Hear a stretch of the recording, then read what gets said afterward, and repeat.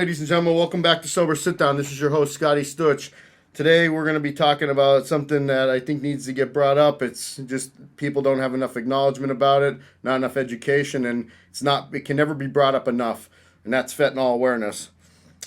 There's a war going on in our streets. It's not your traditional style war. It's not how you would envision, how you were taught through history class, guns, people from other countries coming on American soil, and us fighting out like military does. This is a war against fentanyl. And today with me, I'm blessed and honored to have a man who is willing to take on that fight and take it all the way to Washington. Ladies and gentlemen, the sheriff, Mr. John Alite. When you gotta kill, they're at home. When I gotta kill, I'm in the street. I'm Albanian blood. I'm a gangster. Little homies wanna be like on my knees in the night, saying prayers in the street light.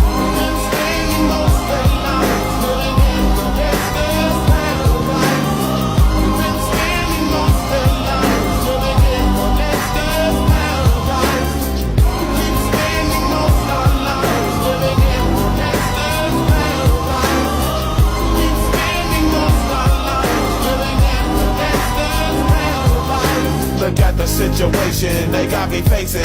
I can't live a normal life. I was raised by the street, so I gotta be down with the hood team.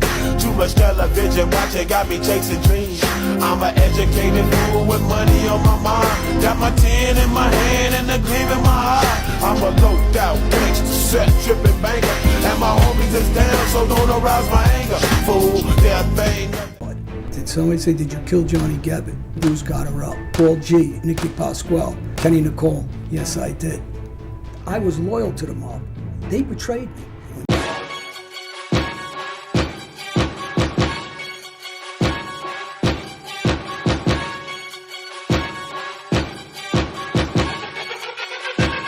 I'm Albanian blood. Not a gang, need my hand like I'm John Alite. I just did the Sober Sit Down with Scott. Hey, what's going on? Johnny, thanks for coming down. You're welcome, man. Thanks. I've been here. John, a little bit different up in Pennsylvania than it is in Florida. A little cold, isn't it? Yeah. You know what? I'm used to this area. You know, I got a lot of friends here too, in this area. So you know, it's kind of cool to be up here, and you know, and see some of my friends while I'm up here. My cousin's with me. He'll be coming in a little while. My cousin Steve. So. He's in the car business with me, KCL, that we talk about a lot on my show. Yep. Yeah. Yeah, and as you know, that's what I just started doing. I'm in the car business myself. It's a great field to be in. You know, everybody needs a car. Yeah. Yeah. So, you know, John, I got to say, you know, I started this whole podcasting thing back in July. Larry Mazza was my first guest, as you know, Larry. Great man. Gave me a first opportunity. And, you know, a lot of people say to me, you know, you're running a sobriety channel, but, you know, you got all these guys that were in the life and stuff like that. And, I mean, I don't know who tells a better story than somebody that was in the life and never went back to the life. So, I mean, yeah, I do have a lot of people that come on from the life, but it's because who tells a better story than that? Well, let me first say that Larry's a gentleman. He's one of the guys from my past life. I don't got a lot of respect for a lot of guys from my past life. From the guys that left the life and the guys that are in the life, and people know why I say that. A lot of them are living off that life where we went past it, and we don't want to talk good about that life. It's part of our life, but it's nothing good to pass on to another kid. But when someone's asking you about us, guys from the street talking about the life, who knows better than us, the streets? Who knows better than us, the drug business? Who knows better than us, the hustle? So we're giving you a true perspective from guys who are actually in that life and we're moving drugs and understand what's going on with the kids' mentalities. So, you know, when you get a politician talking about, they're clueless. They don't even know what the hell they're talking about. Yeah, they're guys, and you know, that's why I'm happy the way I ended up growing up. Is my parents split up when I was in my early teenage years, and like, you know, I went from, my father was real successful at his business at that point of his life. So he was able to give me and my brother a really good childhood in a nice, rich development. So I grew up a lot of families that, you know, I don't want to speak rude because I still interact with a lot of them now. They have kids my age and stuff like that, and they're great kids. They you know, but they didn't live the same life I did, because when my parents split up, My father lived in a $500,000 house, and my mother lived in a house in the city that was worth probably $35,000. And I got thrown into the mix of living half in the city and half in the rich development. When I was born, my parents didn't have any money, but as I got older, my dad was successful. I lived that high life for a little while, and then I started living the other side of it, going to visit my mom in the city, and wasn't the same people. So I got the mixture of kind of both. So I appreciate both sides of the life. But to get back onto the fentanyl, as everybody knows my story, I'm going on sober 4 years now. I was addicted highly to alcohol, and I dabbled with some club things back in the day. But more alcohol was my thing. But the thing is everybody asks me, why'd you start a podcast?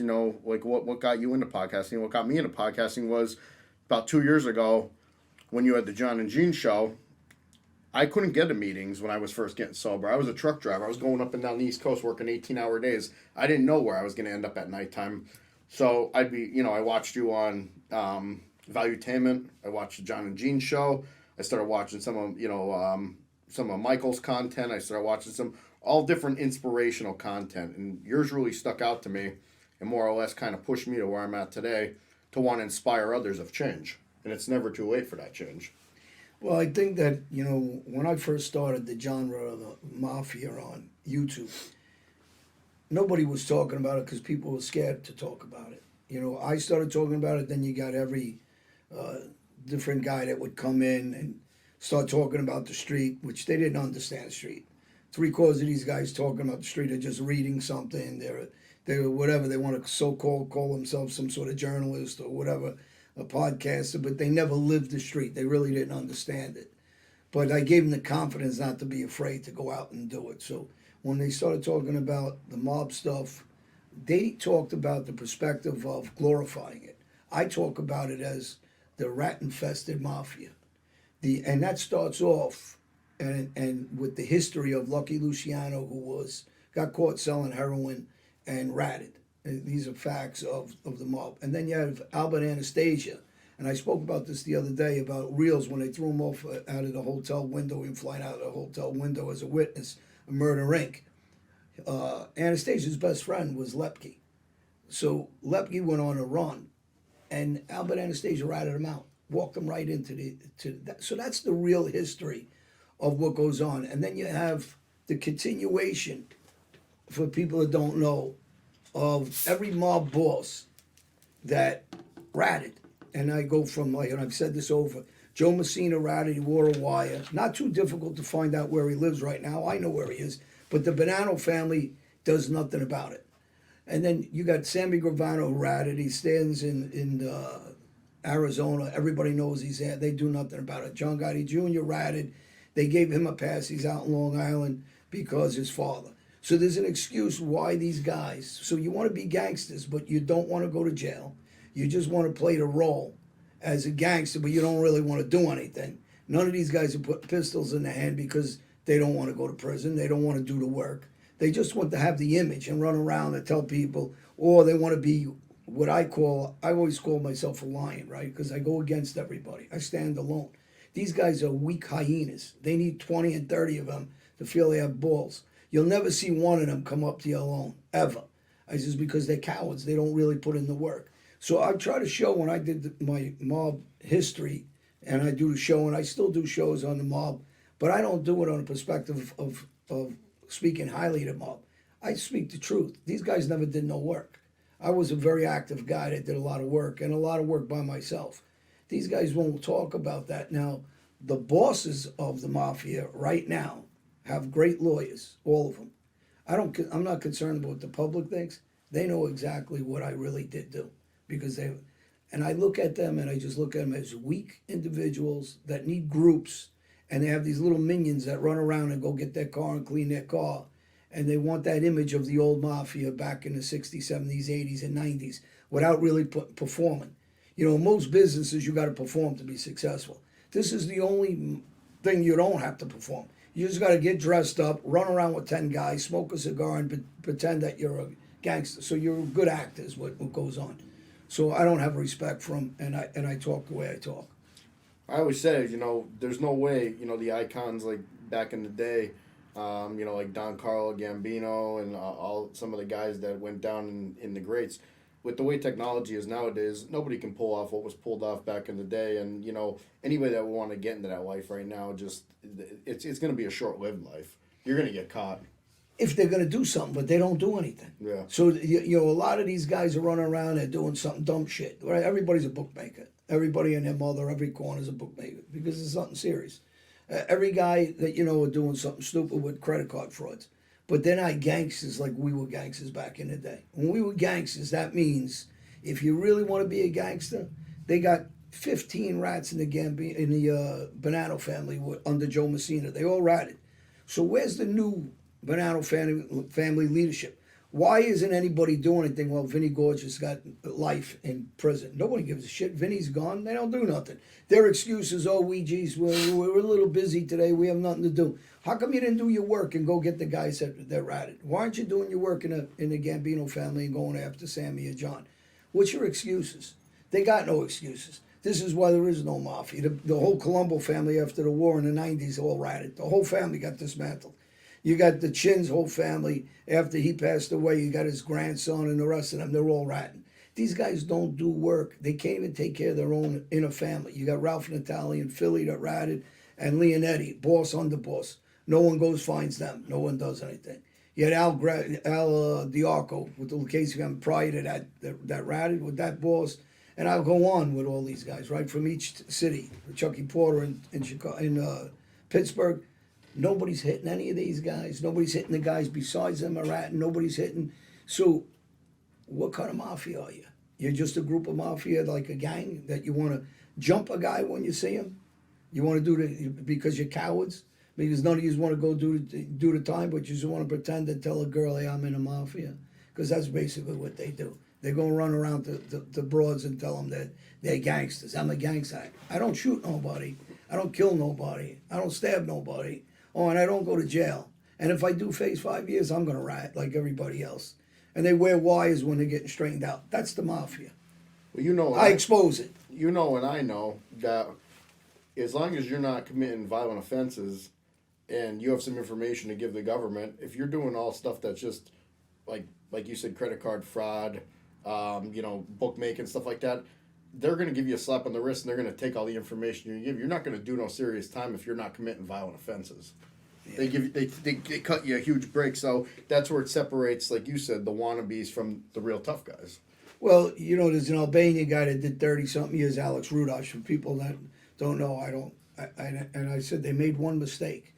These guys went to jail and got 30-something years, basically got set up by the Italian Mafia when they went after him. And they all went to prison, his whole crew, for 30-something years, didn't make no money really. And they made a mistake. You can't go, the government did something, was very smart, and the street guys should have followed suit. They didn't go after the little peons and the little ants that go get their car and run around and say they're gangsters. Alex should have went after the boss. Anybody that he had a problem with should have went after the bosses, cut their heads off. And that means if you're going to go do 30 years, you might as well have killed the guy because you would have got less time. So instead of chasing after, because there's just too many of these little ants that'll kiss these guys' asses. So you should have went after. His biggest mistake, and every time I look through history, is you shouldn't have played around with these guys. You should have went right after the boss. We know who the bosses are. I know where 15 of the bosses live. And, my answer would have been, if I'm still and I had a problem, I'm not going after these guys. No one's going to divert me. I would go right after them and tell them, okay, if I have one more incident with any of you guys, I'm not going to bother with these guys. I'm going to go after the boss. I'm going to hurt the boss real bad or kill the boss. That's what Alex should have did. But I got a perspective because, I lived this life. I lived here. Alex had more of an Albanian mentality, I think, than he didn't understand. I mean, he stayed with the Muslims, but he didn't understand my guy. I was raised with him since I'm 3. So I understood what he should have did. And I would never go against them because they were Albanian. I just think that they had balls. The Albanians just didn't have the understanding. Why are you playing around with these guys? You know who the boss is. If somebody jumps one of your guys, you just go to the boss and tell them, if it happens one more time, we're going to be on your doorstep. That's what they should have did, to go back to. So I understand the perspective of these guys, and I understand the perspective of, back to your original question, of drugs and fentanyl on the street.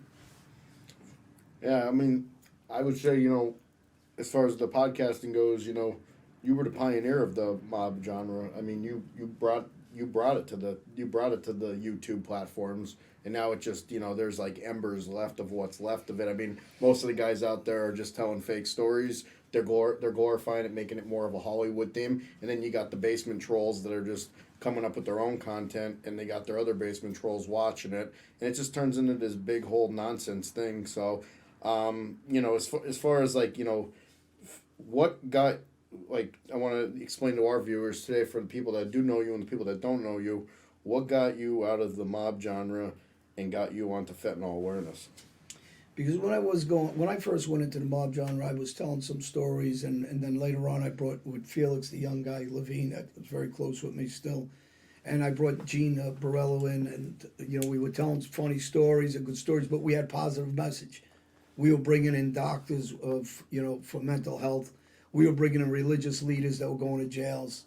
We were bringing in people that changed their life. We were bringing in ex-drug addicts and alcoholics. And if you look at the people I started bringing in, it wasn't to glorify the life. We did tell some stories and laugh about it, and for the perspective of people understanding the life before, our past, and where our future was going. And our future was going in a positive direction. Talking against the street because of my knowledge of what everybody talks about. When you get all these guys on shows, I mean, we spoke about this guy, and my cousin's here. He's from Brooklyn also. These guys never talk. Steve, why don't you come in? Come on, join us. Steve. What's up, brother? What's going on, buddy? How you doing? Scott, nice to meet you. Steve, pleasure, man. Thanks for coming in. No problem, no problem. Steve is my partner in the car business that we have up here in East Stroudsburg. So Me and Steve are KCL. PA guys. Yeah. We're neighbors. Well, we got a lot of friends up here in the Scranton area and stuff. But so, when we were talking, these guys are talking on the air. It's very easy. It's like me talking about baseball. I was a baseball player, but I wasn't a professional baseball player. Oh, come on in a little further. And I wasn't a professional baseball, but I have a perspective of baseball, but I don't have a perspective as a professional baseball player. So when you got guys talking about the mob, all these guys, none of them, nobody talks about specifically what they did. They're always telling about, I met this guy, I met this guy, I met that guy, this happened, They're telling bullshit stories. So, I kind of fronted them, and I became the Donald Trump of the mob, right? Where I diminished all their bullshit, all these guys, because none of these guys want to talk truthfully. And then I started talking about with Gene, and we're talking about the drug issue, and I spoke about fentanyl. Prior to the tragedy in my life of my daughter passing away from fentanyl, I started talking about fentanyl because I seen what it was doing. I saw that there was an intention to kill our kids. This wasn't by accident. And our president sits on his hands while China is destroying the world, and they don't want to say that. Well, they're killing kids all over the street in China now. They're locking them up in cities. They're locking cities down. And this isn't a country that's about freedom. This is a country that's about stifling the word of freedom of speech. And you have people in our country, the NBA and different people, that are okay with this because they're making money. They don't care that kids are dying all over the street. They don't care that they're stifling freedom of speech. They don't care that they're bringing in slavery into China. And they don't care that kids are dying 100,000 a year at a time. Not just kids, adults, family members, everybody are dying. And our president is complacent with it. He's either involved in some way because he's bought, like they say, or he's too weak to challenge a Chinese regime that doesn't want to be our competitor. They want to take over the world. They want a one world order. They want to be the rules of that world. And we're doing nothing about all these murders. Instead, we're sending money to a country we say is fighting for freedom, and that's Ukraine, which is not a democratic country either. It's not a democracy there. So where's the fight for our country, for our kids that are dying every day, for the people that contact me every day? The kids like my daughter that died because they thought they took a Percocet or they took a Xanax or they took a Adderall to study at school or they did a line of blow and it's got fentanyl in it. Why isn't our politicians forcibly doing anything? Why isn't sanctions against these countries? Yeah, and I mean, I'm glad you touch on a lot of things that I want to speak on behalf about the fentanyl awareness, because I just don't think there's enough knowledge out there, John. I mean, I just think that people here, and for the longest time, I'm one of them. I was an alcoholic, a kid who I was an active alcoholic with, just passed away 3 weeks ago from a fentanyl overdose right over here at the bridge. Right over here, he was, he 5 miles from the studio he lived. And I don't know what this. I lost touch with him over the years when I got sober, but I don't know how he ingested it or what. But I always had the assumption that if you did fentanyl, you were doing heroin, and I don't think people understand that. This is where we need to. Fentanyl is 100 times, 50 to 100 times stronger than heroin. For people who don't have knowledge of it, 50 to 100 times stronger. And you'll see. I'm gonna put a picture up that next to a penny, how much fentanyl really it takes for somebody to overdose. And I don't think people understand that. People could ingest heroin from in putting it on pills. It can be in cocaine. I mean, I've even read in some of the documents that I was looking at here that there's actually in some of the bigger cities, there's actually police officers or children that actually have touched stuff that had fentanyl in it.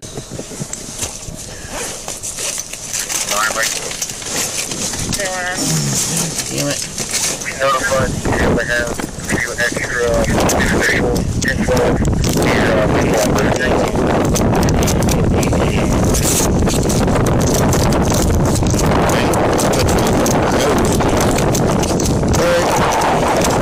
Put your head back. You get it once?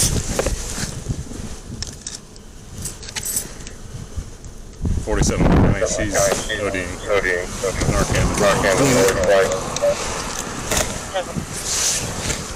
Come on, Courtney. Hey, listen. Come on. Hey, Courtney. Get in. How you moving? Get in Amber's bag. Get in Amber's You're good. bag. We good. You're good, Courtney. You're good. She's breathing. Hey, stay with me, okay? You have a Breathe. fun, right? Hey. Did you hit her with both? I know. Did you give her two? I gave her both. Okay. No, yep. That's Yep, fine. probably. Watch out, Ryan. Roll for it. Come on with it. I got Mike coming. Do what? I got Mike coming, so you can take It's all one in of my. them. It's all in my truck, in a bag, in a paper bag. Everything that I've got in there. Was it opened? It's a dollar bill. Dollar bill. I gotta try and call people in the middle of the night. Hey, Breathe. come on, breathe. Hit her again. Rodney, she's not breathing. Hit her again. She out again. Yes. 47 County. 3 doses of Narcan. Can they hurry? Have you in that exercise, please? Come on, Mark. There you go. I'm about tired of shooting shit in your nose, girl. You gotta get up. Let me go grab another one. I got one on deck. That's my two. Have you got another one? Got another one. Okay. Depends on how long it takes him to get here.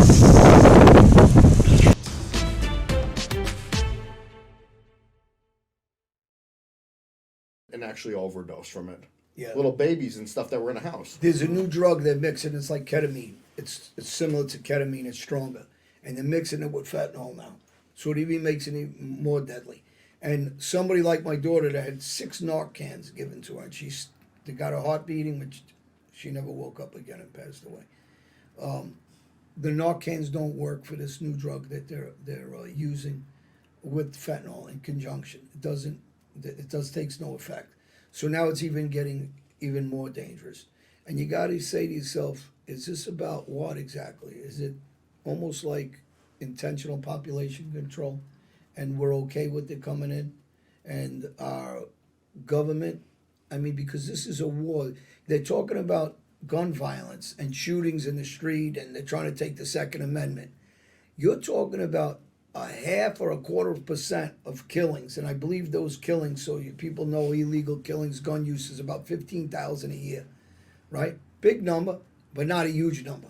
But when you're talking about fentanyl, you're talking about 100,000 and better, and it's getting worse a year.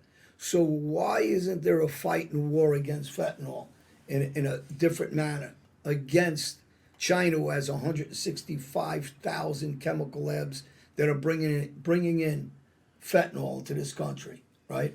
So I want to understand why our president, when he met with President Xi in China, didn't even mention it. The first thing President Trump said when he was going to run again is, I'm going to go after the cartels in China, and I'm going to charge them with the death penalty and life sentences if you get caught selling fentanyl. There's the strong message. So these kids understand, whoever's moving this drug, that you want to bring war, you want to kill, we're going to kill you too. So the difference between one president standing strong and the other president is standing weak. And people can say what they want. Our journalists and our news outlets, they don't say anything. When China's torturing and killing these kids in the street right now during the biggest riots ever in China in 40 years, no one's saying anything. Why not? They're speaking. I thought this country was about freedom. I says, why aren't they saying the way they're killing kids and why they're bringing in this fentanyl here? I mean, it's incredible. I mean, I was in and out of bodybuilding my whole life. What really boggles my mind as I continue to do research up into this day that we set up this interview, and the more I've been doing research, the more it's been mind-boggling, because I don't think that people understand. Nobody's educated on this, and this is why it can't be talking about enough about it. Like, the FDA approves it. And I mean, I know people's argument are going to say, well, anything can be tampered with because the FDA controls it, because it's regulated, because people use it in hospitals and stuff like that. But let me cut you off. What they're approving is hospitalized fentanyl. The fentanyl that's out all over the street is synthetic. It's being made in chemical labs in China, 40 to 50% of it. So 40 to 50% we know is coming from China, but China will not call it a controlled substance, because if they do, they got to regulate those 165,000 labs, and they'll bring their lab consumption down from 165,000 labs to about 70,000 labs. So right off the bat, there's the money. Then bring in 35 billion, so people understand what this is about. Like always, follow the money. 35 billion they're making in pharmaceuticals in this country. And through the Mexican border, we give them $1 billion to guard our border, to stop the drugs and people coming in. And if they don't police the border the way they're supposed to, why don't we get private contractors to do it? I guarantee we could do it. Yeah, and if you watch the DEA and these people that are fighting these wars, then you have these new prosecutors, these George Soros prosecutors, are letting them back out. So it's frustrating for the DEA, it's frustrating for law enforcement, and it's frustrating for the good FBI agents, because there's some good ones now, but the leadership, Christopher Wray and Garland, the AG, they're against freedom, and the people are scared to say this because they're scared they're going to get attacked the way Donald Trump is getting attacked. Whether you like Donald Trump, you're left, you're right, or you're middle, or you're independent, wherever you are, what is going on is a weaponizing, and this is no secret. You have whistleblowers in the FBI that are coming out in droves now. You have government officials that are quitting in droves now because of the freedom of speech is being stifled on. You have Twitter that was just bought by Elon Musk, that he's going to come out and show the proof of documents that it's being stifled. You have Hunter Biden's laptop that was covered up by our FBI for years. What's going on here? Why is it? This ain't about politics. This is about a government that's trying to bring us into communism, into totalitarianism, as if we are in the Hitler era, or we're in Stalin, or we're in China with Xi. Why is everybody this stupid that doesn't see what's going on? That they're trying to kill freedom of speech. And along with that is the drugs that are coming in and they're not doing anything. Is it done purposely? Because to me, they're attacking our kids.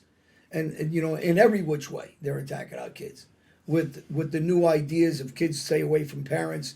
They're going against religion. They're talking anti-religion. They're talking anti-American flag. This is our own government doing this. This is not outsiders.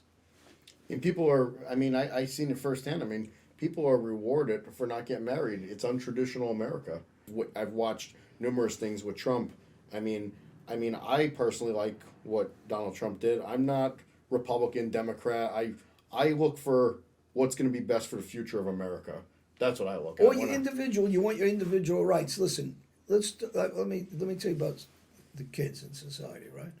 So you have young kids in society that, like me, when I was young, you didn't pay attention to politics. But one thing you know about all kids, they don't like rules. They don't want their parents to tell them what to do because we're kids. All kids did it. We did it. The kids now do it. They think they know more than they know. They don't want parents to tell them what to do. So why would you want bigger government, bigger regulations than tell you what to do? For what reason? Why would you want, well, don't you want personal freedoms? So, you know, the number one thing is you want your personal freedom. If I had to come to your house and tell you you gotta wake up at 5 o'clock, you're not gonna like that. You know, so why are we putting up with it? The kids are not educated enough to understand the policies. Whether you like Trump or not, let's just talk about it. You go to the gas station now, it costs you double what it used to cost you under Trump. So I don't care who the president is, if it's Trump or Biden, but I want cheaper gas because I want more money in my pocket. When I go to the food store, I want cheaper food. I don't care if it's Trump or Biden, but I want more money in my pocket. So under Trump, food was cheaper. I want less regulation by the government to tell me what to do. Who do you have more regulation with? Biden and the Democratic Party. So I like Trump.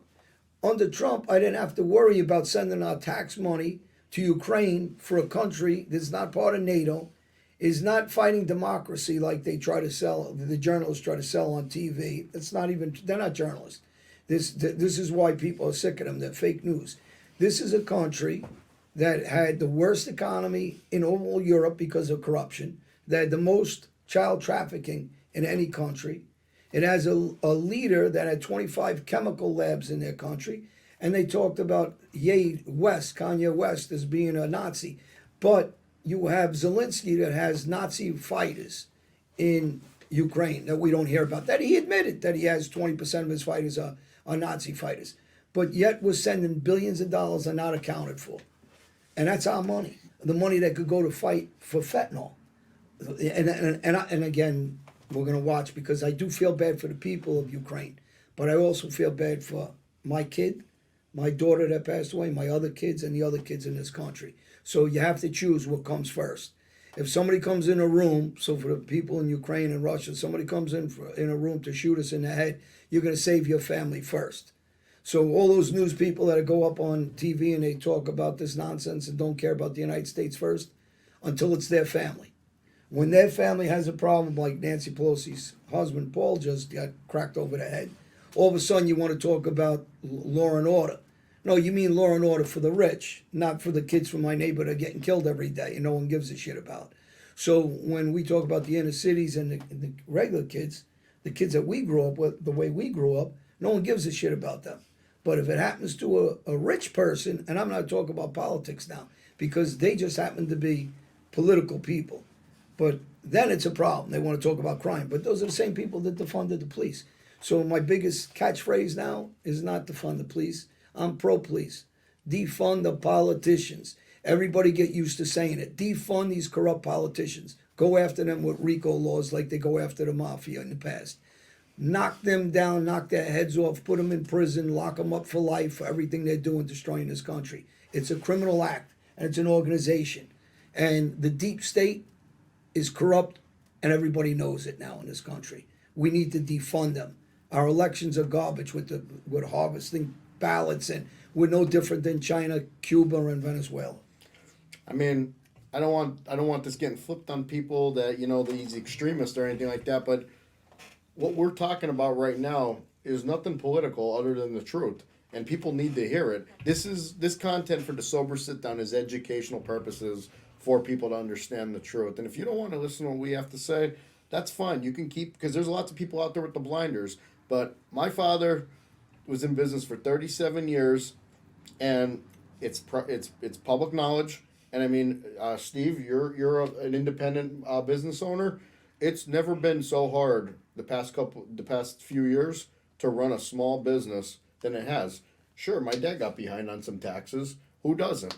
You know, it's all public knowledge. But all I know is that there's no bigger extortionist. I was in the restaurant industry for 2.5, 3 years. I mean, I managed his restaurants prior to that back in my 20s, but I got into an entity with him for a short period of time. And I'll tell you, like, you handle a lot of money, but as it's all distributed out and you're throwing money into taxes and all this other stuff, There's no bigger extortionists than the government, so they can go eat steaks for fucking lunch Well, every day. Candace Owens just brought it out. The money that was being sent to Ukraine from our government is not being accounted for. They took that money and they bought properties that the Russian oligarchs abandoned. And it's proven, it's factual. And then you have a woman like Brittany Griner, right? Griner is her name, the basketball player that's in Russian jail. I think she got sentenced for 16 years or something like that, or 9 years, whatever she got. And she wouldn't stand for the American flag. Now, you didn't want to stand for the American flag. I feel bad that you're in a Russian jail. They're saying they're attacking her verbally and abusing her about her preference of sex. They're talking about racism. They're racist, and she's getting. I know she's getting abused. There, I was in a Brazilian penitentiary, so I know. And my Brazilian penitentiary is 20 times worse than where she's at. But factually, this is the facts. I guarantee you, if she started talking now, she understands the American freedoms that she got here, because of the way she's getting treated in a country. There's no freedom, and the people that are talking, the woke that are talking here.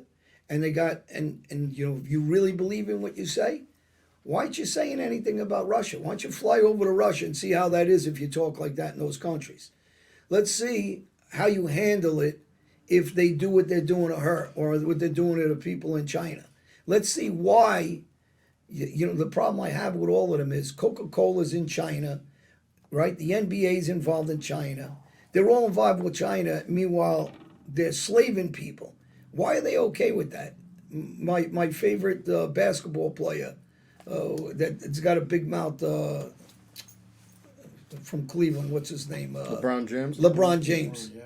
You know, he does a lot of talking. He's a spokesman for China who's slaving people. So, you know, these people only care about their money. They don't care about the truth of slavery and what's going on in the world. And the same thing with Disney World.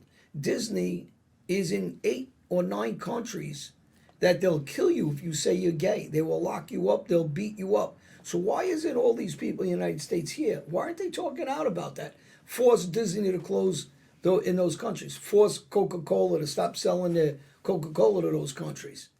These are phony people that are talking nonsense, because if they really meant what they said, they would go after all these organizations, these other countries, for our country doing business with them. So what's the agenda really? Are they just Soros people, little gophers for Soros? I really don't know what their agenda is, because if their agenda was true, they would attack some of the things I just mentioned. Why is that? Why are they okay with that? Why are they okay with Disney and these other countries? But listen, I believe in individual rights, so everybody understands that. I believe in gay rights. I believe in LGBT. I believe in trans. I believe in all that. You'll get your body, do whatever you want with it. And he says, whatever you think is good for you, is good. It's your life. You should be able to do anything you want. Individual freedom. I don't like when things are pushed on other people and jammed down their throat. Heterosexuality or any other thing. That's none of your business what somebody else does with themselves. Don't push it down their throat. But when you don't stick up for what you believe in, yeah, that's a problem. If you really believe in what you believe in, why aren't you sticking up for what you believe in? Now, Brittany Griner is stuck in Griner is stuck in Russia. Ask her what she thinks about standing up for the flag now, right? Or all these people like Madonna says, if Trump wins, I'm going to go to another country. Well, I got news for you. Get the fuck out. Go to the other country. Let me tell you what country you're going to go to. Let us know. I says, we'll send you a plane ticket. Or, you know, Oprah Winfrey or any of these people, Michelle Obama, to talk against this country. You're a billionaire talking against this country, and you're keeping all our kids down from our neighborhood. You do shit for them. This is my problem. They're abusing our children. They want them as puppets. I won't use the word puppets. They want them as slaves. They want to control them. They want to con them. They want to bullshit them. They know they're not smart enough yet because they're young. They're not educated.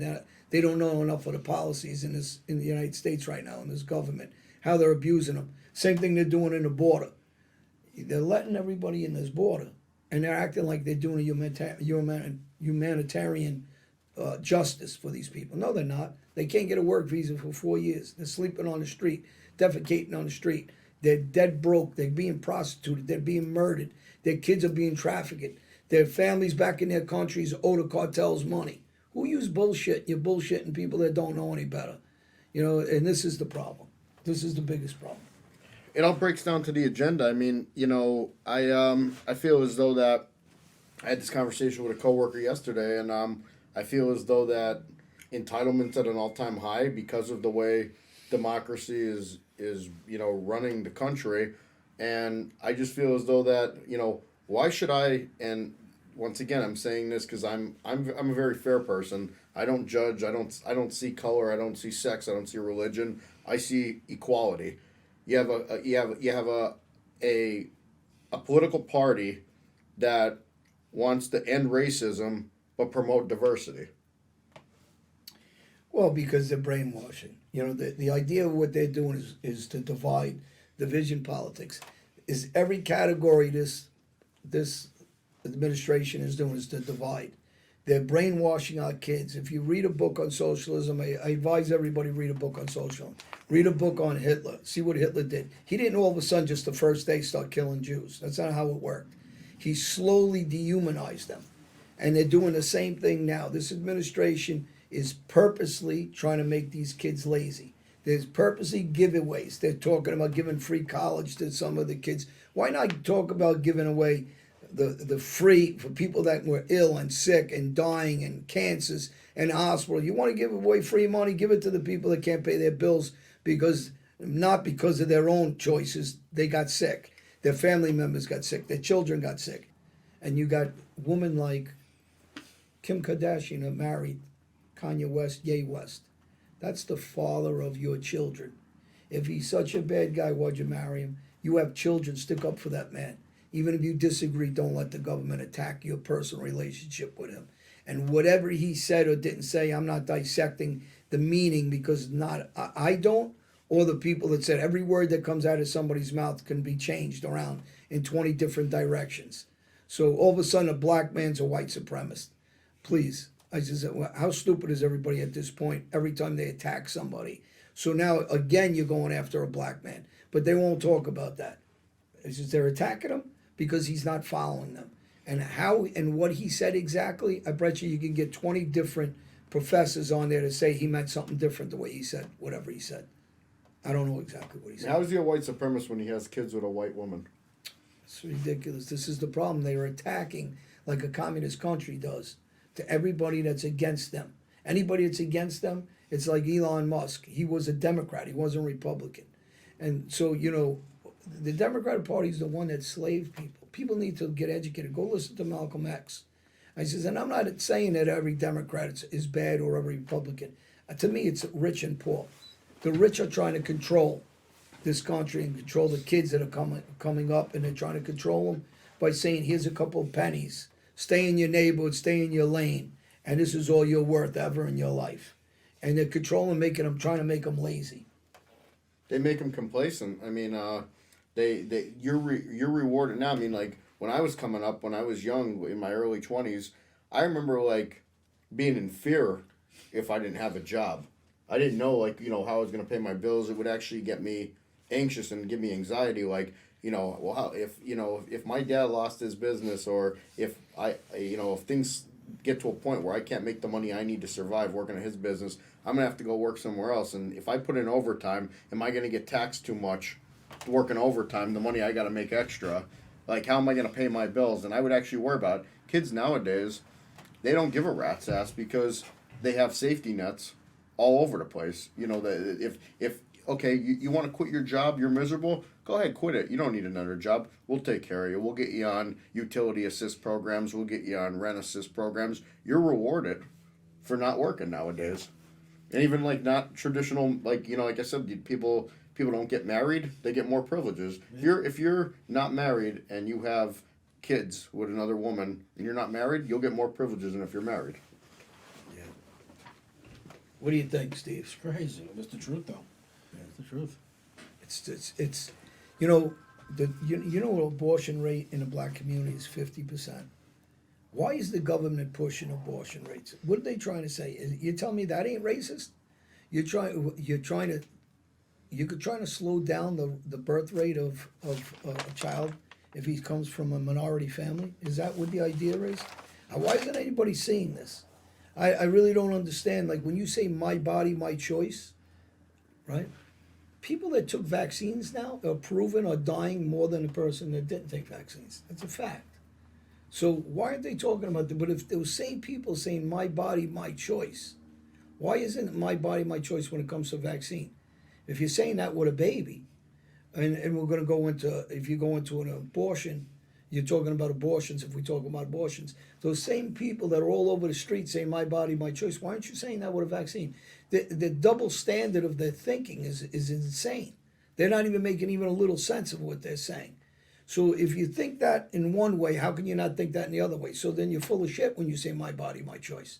When you say Black Lives Matter only if it fits my agenda. So if you're a black child in a neighborhood and you're getting killed, oh geez, that's not political for us. That's not a good subject. So we're going to push that aside. It's as if Black Lives Matter only when. If you're wearing a cop uniform and you're wearing a blue uniform, you're not black again. So who's buying these cons? I mean, the problem is, again, growing up in the street and being a gangster, I see through all the nonsense. This is all division. They're dividing. The more people they can divide in groups, the more they can control society. So if you're one of those people that buy into that group shit, like I say, the hyenas are weak. Stop being divided. Don't let people divide you. I says, well, the whole idea of this new administration is to constantly divide as much as they can so they can control. It's an obvious agenda. I says, so why isn't anything happening for the kids in our neighborhood? Why aren't they getting more opportunities? That's all I was always asked, the same thing.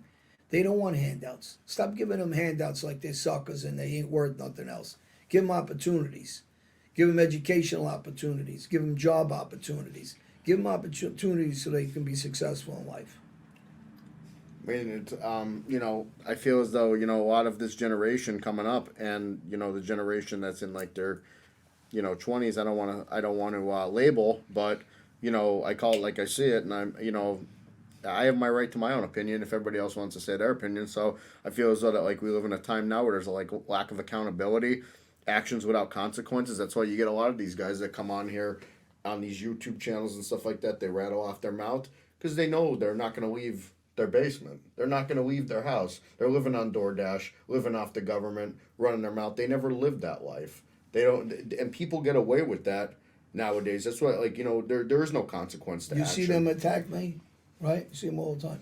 Imagine if they had to come into this factory to meet me by themselves. It's because there's no consequences to their actions. We know that. They never were in a Brazilian penitentiary. They never were shot up. They were never stabbed up. They don't know what it is to be in solitary confinement for years. They talk like imbeciles because they're allowed to now. And there's just what you said, there's no consequences. You got great leaders like Bob Woodson that just spoke up and he said, when you try to break down the religion attitude in this country. When you're trying to, if you go down an alley, and this is what he said, if you go down an alley and there's 10 people that just came from Bible study this way, and there's 10 people going this way, and you had to choose to the right or the left for your security of on your way home, of course you're going to go towards the 10 people that just left Bible study. But the idea is, why are you trying to break down the fabric of religion in this country? And where's our religious leaders? Why aren't they talking about and bringing this back? In schools, they're talking about all these crazy classes. At 5 years old, they should be talking about unity in these classes. How color and religion doesn't mean anything. Respect for the human being's life. As a kid, I was violent. I was taught violence in every aspect of my life. So it was natural to me, violence. But it's not a natural act. The natural act is to love thy neighbor like the Bible said, right? And why aren't we teaching that in school? Why are we not in school just saying that? Why are we trying to divide and talk about, the past bad things in life and not move forward? Like my past, I can't change it. So what am I going to do? You only can do is do what we're doing today, right? Try to do the right thing and save some kids' lives. Make them knowledgeable not to go into street business because it's a dead end. You're going to end up dead. You're going to end up on drugs or you end up in jail. Those are the three things that's going to happen if you stay on the street. You see girls all the time, strippers make a ton of money. They're making a ton of money. but they're selling their soul as part of that. And people say, why is that? Because they know why. What goes on? It's not just stripping on that pole. 9/10 of them have to perform sexual acts now. It's not like the old day strippers. There's drugs in those clubs. There's drinking day and night in those clubs. Your morals are being challenged every day in those clubs. And unfortunately, a lot of those girls are smart girls. They can do a lot of things with their lives. They're beautiful girls. Maybe they can model, but they have low self-esteem, and it gets worse as you stay in that business. No different than when we were in the street. Low self-esteem. You start doing one crime, it gets to a bigger crime, it gets to the next crime, and before you know it, you're shooting, taking lives. It just works like that because you're in the street, you're in the gutter. And if you could try to teach these kids there's other ways to make a living and get out of the street and don't do these things, and unfortunately, the street is a dead end. It's a sewer, and that's what you're going to get from it. Well, that's what I feel. A lot of people are a big misconception of the juveniles coming up. I ran a juvenile detention center. I was a clinical assistant on one of the dorms inside one of the more worse dorms. Kids ages 15 to 20. If they hit 21, they were out.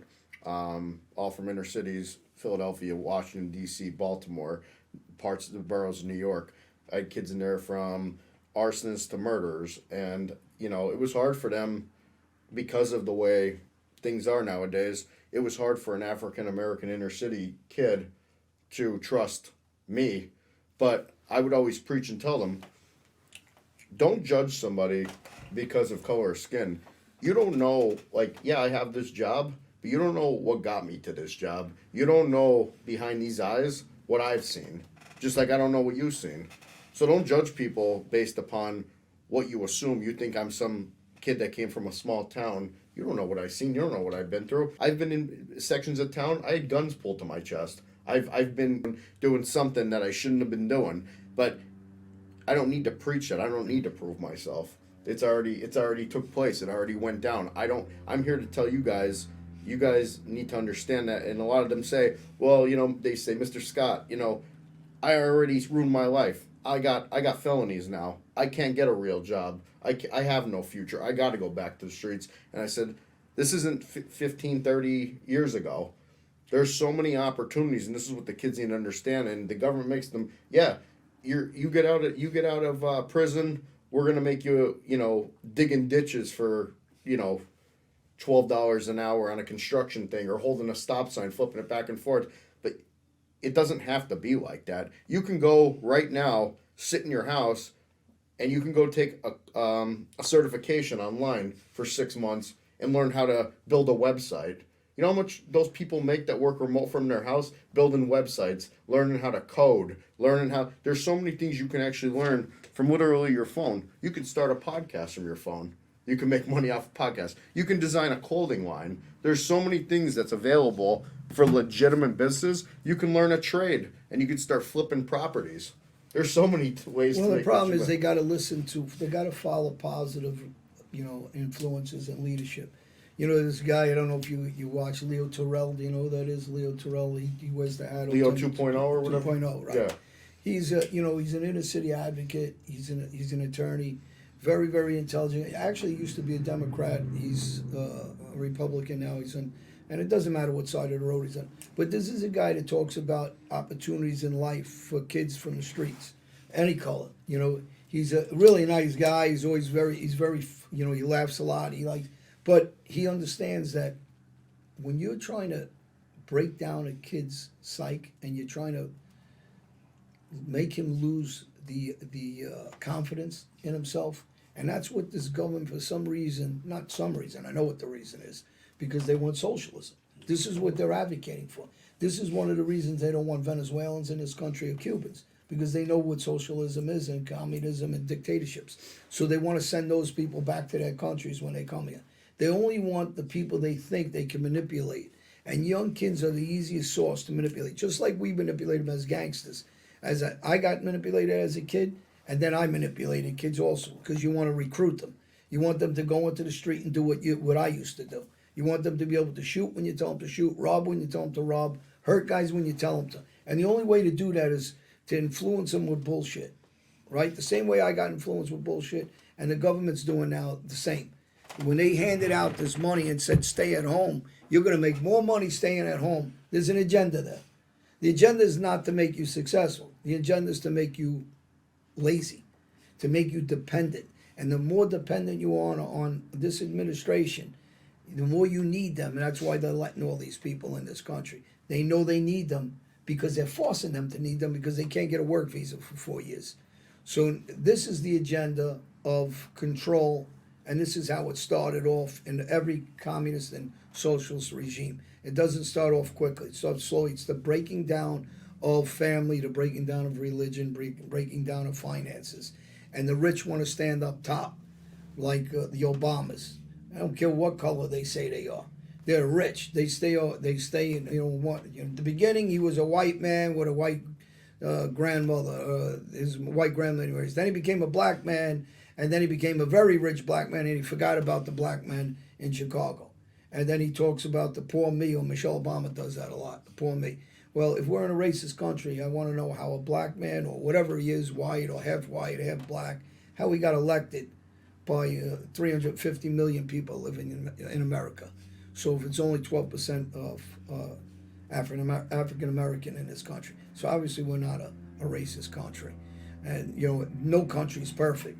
But for all the people that don't like it here, I say the same thing. Go try out China. Go try out Venezuela. Go try out Cuba. Try out one of these other countries. This is where there's poverty everywhere. Try out one of my countries, Albania, and see how it was when my family lived under Communist Party rule. So, when people are talking like this, it's just manipulating the new generation. And the people that are successful in this country should think. I mean, the problem is power. People want power. You got Schiff and these guys that are filthy rich. Schumer and Pelosi and McConnell, McConnell's full of shit. He's all in bed with China. These are filthy rich people in their 80s that don't want to give up the power. They already have money. They just want the power.